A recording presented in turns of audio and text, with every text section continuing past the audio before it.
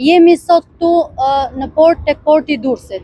Siç e dini, Partia Demokratike ka zhvilluar disa ditë më parë një tryezë ku ka folur pikërisht për portin e Durrësit. Ka folur pikërisht për këtë pasuri kombëtare e cila është drejt uzurpimit. Ka folur pikërisht për këtë pasuri kombëtare ku Edi Rama dhe klika e Edi Ramës ka filluar shkatrimin e portit të Durrësit. Jemi këtu për t'ju evidentuar problematikat të cilat kemi folur në këtë tryezë dhe në shumë denoncime të bërë nga Partia Demokratike, nga zoti Berisha, nga deputet, nga përfaqësues Partisë Demokratike, të cilët e kanë denoncuar vazhdimisht portin e Durrësit. Atëherë, jemi këtu për t'ju bërë me dije qytetarëve se prej 4 ditësh porti i Durrësit është i bllokuar. Është i bllokuar me pretendimin se nuk ka naftë për vinxhat, se ka mungesë stekërash të cilat është thjesht justifikim. Kjo është e qëllimshme për të marrë peng portin e Durrësit, për të shkatruar dhe për të filluar nisjen e shkatrimit të portit të Durrësit në mënyrë që kontenjerët dhe anijet të zhvendosen diku tjetër, në mënyrë që shqiptarëve t'ju rritet edhe çmimi, sepse nëse do shkojnë dhe do ankorohen në një port tjetër, do duhet që çmimi i mallrave t'ju shtohet shqiptarëve dhe në shportën e shqiptarëve të ketë rritje çmimash.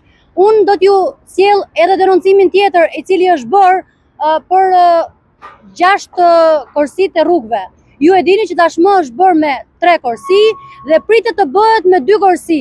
Pra kemi të bëjmë me një vjedhje të pasurisë kombëtare. Porti i Durrësit është jetik jo vetëm për Durrësin, por është jetik për Shqipërinë. Është porta hyrëse dhe imagjinojeni sot në portën hyrëse e cila ekonomia e vendit është e paralizuar prej 4 ditësh, kjo qeveri dhe ky kryeministër flet për Shqipërinë Europiane. Ky kryeministër flet për trenin europian në mënyrë të drejtë për drejtë. Akuzoj drejtorinë portuale të Durrësit. Akuzoj në mënyrë të drejtë për drejtë kryeministrin e vendit Edi Rama se kjo është në mënyrë të qëllimshme për të bllokuar portin e Durrësit dhe për ta uzurpuar portin e Durrësit. Unë ju bëj me dije, vetëm pak metra më larg kemi aferën tjetër korruptive Velierën, nga ana tjetër kemi Tidin, nga ana tjetër kemi portin e Durrësit. Pra Edi Rama ka vendosur që durrësakët t'i përzoj natën, jo ditën. Prandaj më lejoni që t'ju bëj një thirrje të gjithë qytetarëve, jo vetëm të Durrësit, por të gjithë Shqipërisë, pasi porti i Durrësit është pasuri kombëtare dhe duhet ta mbrojmë si pasuri kombëtare.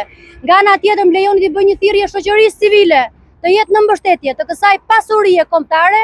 Më lejoni që t'i bëj një thirrje institucioneve të drejtësisë, në veçanti SPAK-ut, ku ne do të depozitojmë një kallëzim për marrjen, uzurpimin dhe rrëmbimin, vjedhjen e pronës publike. Në çdo vend të botës ju jepet porteve, ju jepet hapësirë publike, në këtë vend ju merren rrugët, ju merret porti për t'ia u dhënë oligarkëve dhe ndërtuesve të radhës, në mënyrë që të përfitojnë dhe një grusht njerëzish rreth Edi Ramës të përfitojnë dhe t'i maksimizojnë votat atij për të qëndruar sa më lart në pushtet. Nuk mjaftojnë dhe nuk kemi të sosur me aferat korruptive që kjo qeveri bën nga dita në ditë.